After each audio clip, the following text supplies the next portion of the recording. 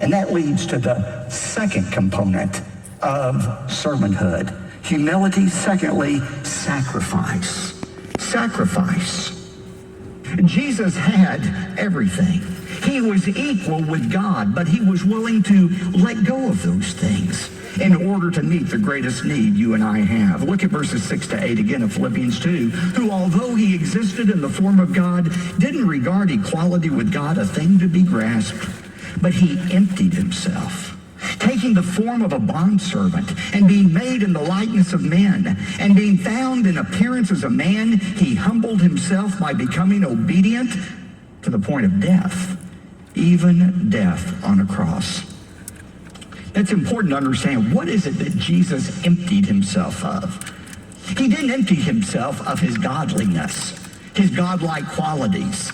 I can't give up being 5 foot 8 inches tall or having brown eyes. That's who I am. I can't give those things up. In the same way, Jesus could not give up being the Son of God, his omniscience, his omnipotence. What he gave up was his rights. He gave up his divine rights and privileges as the Son of God. Dorothy Sayers, the very gifted writer, describes what that meant for Jesus to willingly give up the comfort, the privileges, the rights of heaven. Listen to this. For whatever reason, God chose to make man as he is, limited and suffering and subject to sorrows and death. And yet he had the honesty and courage to take his own medicine. Whatever game God is playing with his creation, he has kept his own rules and played fair. God can exact nothing from man that he has not exacted from himself. He has himself gone through the whole of human experiences, from the trivial irritations of family life and the cramping restrictions of hard work and lack of money, to the worst horrors of pain and humiliation, defeat, despair, and even death. When God was a man, he played the man. He was born in poverty and died in disgrace and thought it well worthwhile.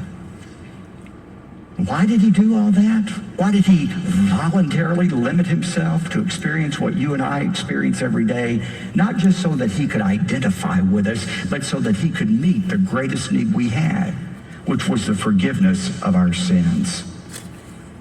No, none of us will ever be asked to make that kind of sacrifice, the same kind of not just physical but spiritual sacrifice that Christ made. But every day you and I are facing decisions about whether we are willing to give up what belongs to us, to let go of it, to meet the legitimate needs of others.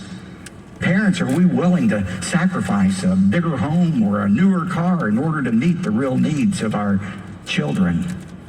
Many of you right now are having to give up perhaps dreams of an early retirement or comfort and relaxation in order to take care of aging parents.